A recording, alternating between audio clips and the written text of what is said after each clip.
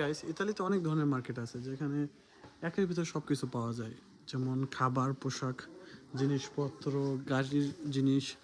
তো এখানে সব মার্কেটে ভিন্ন ভিন্ন প্রাইস, কিন্তু কিছু মার্কেট আছে যারা চাইনিজদের মতন বিক্রি করে জিনিসপত্র, কিন্তু ইতালিয়ানদের মার্কেট তাদের প্রাইস অনেক লো প্রাইস। যেমন এই এই ছোট ছোট কাগজের কাপগুলো আছে যা এই জায়গায় 1 টাকা 50 পয়সা, যেখানে চাইনিজ সার্ভিস 2 টাকা 2.5 টাকা। আর যদি ইতালিয়ানদের ওই নর্মাল যে কোনো দোকানে যান সেখানে পাইবেন 3 টাকা 3.5 টাকা। সো জেনারেল নলেজ খুবই ইম্পর্ট্যান্ট। এখানে ঘুরলে অনেক কিছু পাওয়া যায়, ঘুরলে যত ঘুরবেন তত দেশের জিনিসপত্রের প্রতি আইডিয়া আসবে, ততই মনে করেন আপনি টাকা সেভ করতে পারবেন। যেমন এই আমি এত কিছু কিনলাম, এখানে একটা ফোন কাভার কিনছি, ওই এটাকে কী বলে, লাভান্ডিনো ক্লিনার, যেমন বেসিন ক্লিনার আছে না, সেটা কিনছি।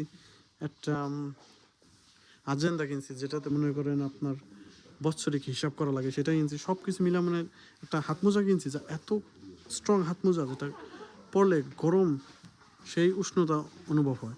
তো এইগুলো সব কিছু মিলে মনে 10 টাকা হবে না। যদি আমি অন্য জায়গায় কিনতে যাইতাম, তো অন্য জায়গায় কেনা হয়তো আমার নিম্ন এগুলোর দাম আসতো 20 টাকার মতো।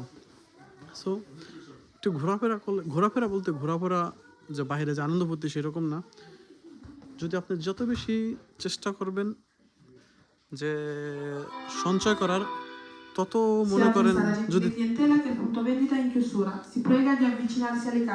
তত বেশি চেষ্টা করবেন যে আমি অন্য একটা দোকানে যে দেখি এটার দাম কত, যত খুঁজবেন তত পাবেন। আর এমন না যে সকল অল্প পয়সার জিনিস খারাপ হয়।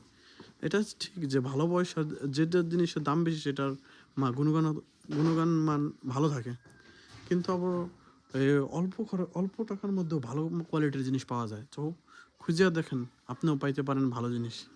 তো আমাকে এভাবে আমার ভিডিও দেখবেন, আশা করি ইতালি সম্পর্কে ভালো ভালো আইডিয়া ও ভালো জিনিস সম্পর্কে জানতে পারবেন ইনশাআল্লাহ।